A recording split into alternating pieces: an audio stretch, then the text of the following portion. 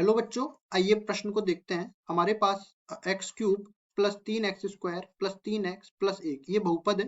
हमें बताना है कि निम्नलिखित से भाग देने पर शेषफल ज्ञात कीजिए। यहाँ पे देखो, पहला, दूसरा, तीसरा, चौथा, पांच पांच भाग हमें दे रखे हैं और हमें शेषफल ज्ञात करना है भाग देने पर। अब देखिए, यहाँ पे प्रश्न को हल करने से पहले इसकी मुख्य अवधारणा के बारे में चर्चा कर लेते हैं।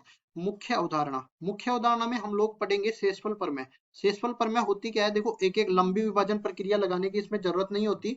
शेषफल प्रमेय डायरेक्ट जो है हम लोग शेषफल निकाल सकते हैं। कैसे? देखो, मान लिया कि px में x माइनस ए का भाग दिया जाए तो शेषफल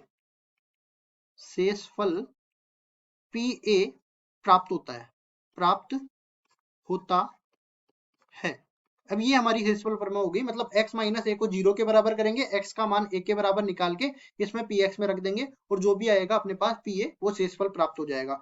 अब देखो, मुख्य अवधारणा का उपयोग करते हुए सवाल को हल करते हैं। सवाल में अपने को पहले जो बहुपद दे रखा है उसको px मान लेते हैं। px अपने को दे रखा है x की घात 3 प्लस 3x की घात 2 प्लस 3x प्लस 1 के बराबर ये बहुपद दे रखा है। अब इसमें देखिए, हमारे पास x माइनस ए, एक एक भाग को हल करते हुए चलते हैं। पहले भाग में हमें x प्लस 1 दे रखा है, तो x प्लस 1 को बराबर 0 करेंगे और यहाँ पे देखिए x बराबर में माइनस 1 प्राप्त हो गया जो कि a के बराबर प्राप्त हो गया। अब हमें निकालना है pa, मतलब कि p माइनस 1 निकालना है। यही इसका शेषफल प्राप्त होने वाला है। मतलब माइनस 1 की घात 3 प्लस 3 गुणा में माइनस 1 की घात 2 प्लस 3 गुणा में माइनस 1 प्लस 1 ये बन जाएगा। तो देखिए, यहाँ पे ये माइनस 1 बना और ये प्लस का 3 बना, ये माइनस का 3 बना, प्लस का 1 बना, ये सारे कट जाएंगे और p माइनस 1 का मान अपने को मिल जाएगा 0 के बराबर। मतलब कि यही अपना जो है शेषफल प्राप्त हो गया।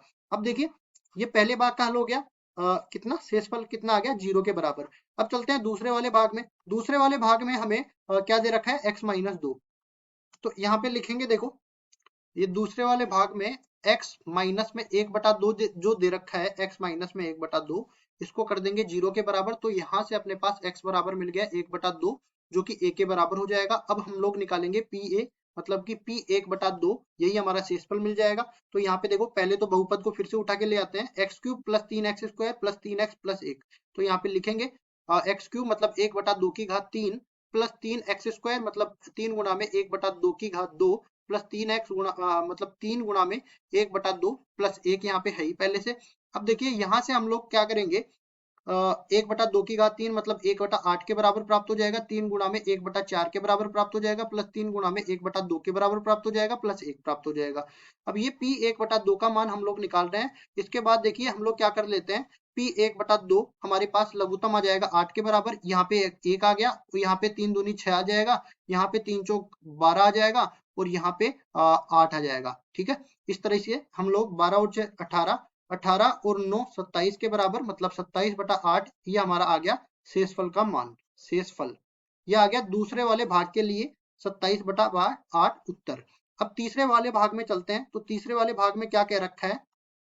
देखिए, तीसरे वाले भाग में बोला है x। तो x को क्या बोलेंगे? देखो यहाँ पे इस तरीके से तीसरा वाला भाग x माइनस में 0 इसको बोल सकते हैं, बराबर 0 करेंगे तो x का मान भी 0 के बराबर प्राप्त हो जाएगा जो कि a के बराबर हो जाएगा। अब देखिए, यहाँ पे बहुपद है x cube plus 3x² plus 3x plus 1 के बराबर और ये px का मान दे रखा है। मतलब यहाँ पे हम लोग लिखेंगे x बराबर में 0, तो ये बन जाएगा 0 की घात 3 प्लस 3 गुणा में 0 की घात 2 प्लस 3 गुणा में 0 प्लस 1, कुल मिला के 0 के बराबर प्राप्त हो जाएगा। मतलब कि p0 अपने पास 0 के बराबर मिल गया तो यही अपना शेषफल मिल जाएगा। शेषफल, सॉरी, 0 के बराबर नहीं मिला, ये थोड़ी गलती कर दी मैंने। यहाँ पे अपने पास ये 1 के बराबर मिला तो ये अपने पास बन जाएगा 1 और शेषफल मिल गया 1 के बराबर। और तीसरे वाले भाग का उत्तर अपने पास मिल गया 1 के बराबर। इसी तरह चौथा और पांचवा भाग भी हल करने वाले हैं। तो चौथा वाला भाग है x प्लस पाई। तो देखिए, यहाँ पे चौथे भाग में x प्लस पाई बराबर कर देना है 0 के। तो यहाँ से अपने पास x बराबर में माइनस पाई प्राप्त हो जाएगा जो कि a का मान है। बहुपद दे रखा है x cube plus 3x² plus 3x plus 1 के बराबर जो कि px के बराबर है। अब यहाँ पे हम लोग निकालने वाले हैं p माइनस का पाई, यही अपना शेषफल प्राप्त हो जाएगा। मतलब कि अपने को मिल गया माइनस पाई की घात 3 प्लस 3 गुणा में माइनस पाई की घात 2 प्लस 3 गुणा में माइनस पाई और प्लस का 1, तो कुल मिला के ये बन जाएगा पाई क्यूब प्लस 3 पाई स्क्वायर। ये पाई क्यूब माइनस का आएगा और ये माइनस का 3 पाई हो गया प्लस 1 हो गया, मतलब p माइनस पाई जो आया यही अपना शेषफल मिल गया। ये शेषफल तो बड़ा लंबा चौड़ा मिला है अपने, तो ये अपने पास मिल गया चौथे वाले भाग का उत्तर। अब चलते हैं पांचवें वाले भाग में, तो पांचवा वाला भाग क्या कह रहा है उसको भी देख लेते हैं। इसमें अपने को दे रखा है 5 प्लस 2x, तो इसको उठा के लाते हैं। 5 प्लस 2x इसको बराबर करेंगे 0 के, तो यहाँ से x बराबर मिल गया माइनस 5/2 के बराबर।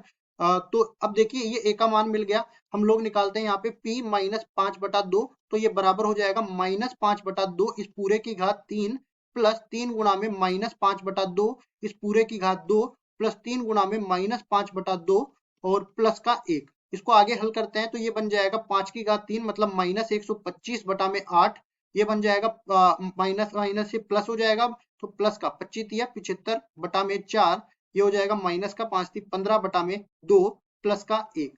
इसका लघुत्तम आ जाएगा 8 के बराबर, और ये पूरा हम लोग मान किसके लिए निकाल रहे हैं, माइनस 5/2 पे हम लोग px का मान निकाल रहे हैं, जो कि बराबर हो जाएगा माइनस 125 प्लस 75 दूनी 150 और ये हो जाएगा 15 चौकू 60 प्लस 8।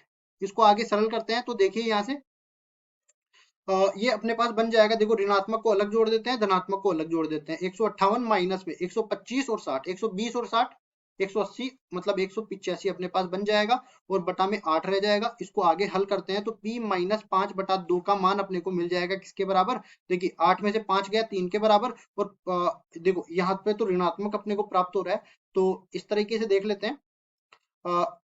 15 में से 8 गया तो ये 7 के बराबर, इसको ठीक कर लेते हैं।